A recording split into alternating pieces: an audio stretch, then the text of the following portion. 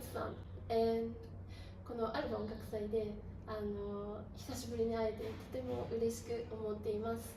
本当にここに戻ってこれて嬉しいです。今日はエリオットさんは作曲家なんですけれども、ここである音楽祭で、作曲家のためのマスタークラスもエリオットさんはマスタークラスの教授として教えています。で、アメリカの大学でも教えているんですけども、エリオットさんのウェブサイトの URL はYouTube の下に貼っておきますので、ぜひ見てください。それでは今日は同じ芸術家として音楽家としてエリオットさんに質問していきたいと思います。そう、私はすごそっか、いいんですよね。じゃあ日本語で。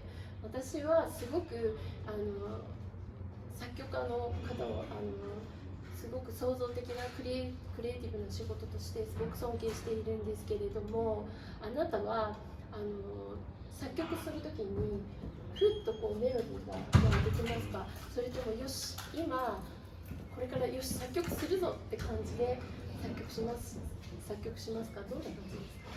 Yeah, you know, the process of being a composer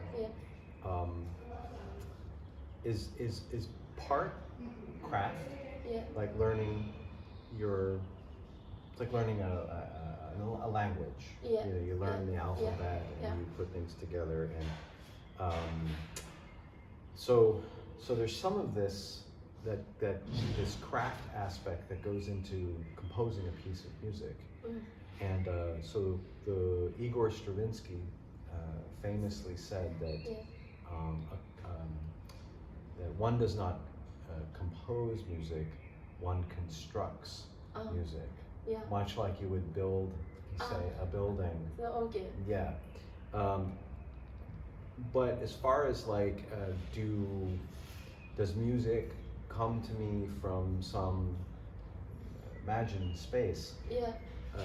This is very interesting question. You know, I would say that the initial ideas do come from. I wouldn't say it was divine, but clearly there's some perhaps other reason why music may populate the imagination. But once the idea, some idea is grabbed from somewhere. Okay. Yeah. Then the work begins. The work is the building the building and learning more about that idea. In some ways, composing is as much about discovery, so about exploring. Yeah. Where the composer,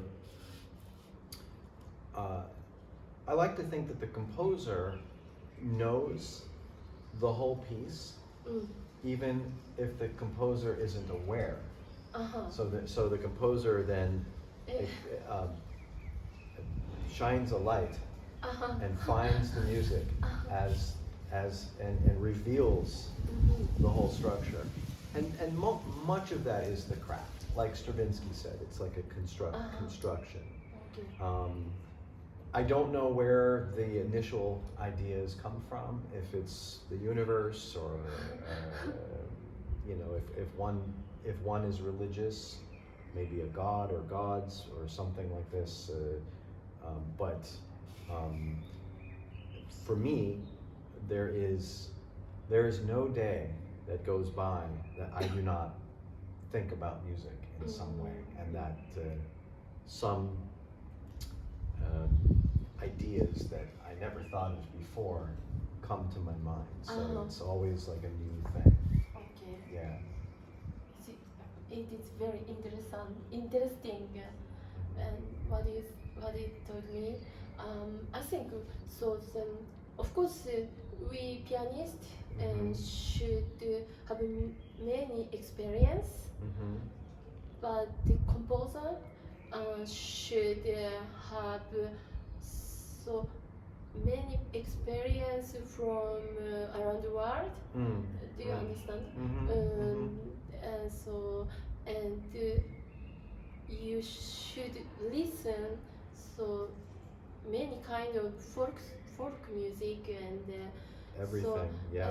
You so composer must have also gather many music. Yes. This is very important. Yes. So then something come to you and you And with imagine and it comes, yes. and building. So The building, yeah. I think so. To your point is 95% of being a composer is listening. Yes. Okay. The other 5% is all the other stuff. Okay. Yeah. Okay, thank you.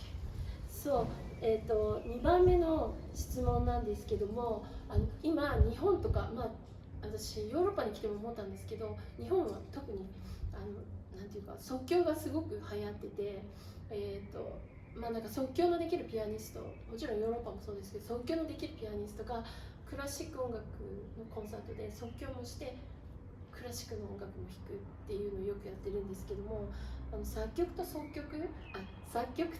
興の違いってありますか？ Improvisation and compose is something different or?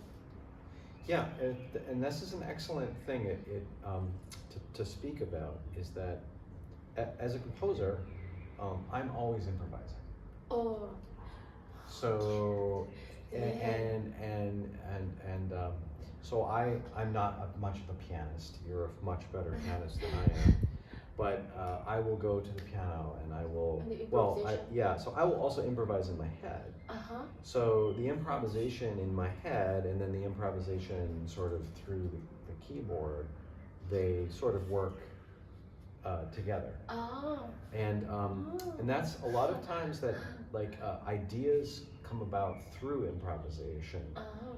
And there was a really great, wonderful jazz pianist, Bill Evans, who said that improvisation was composing in real time.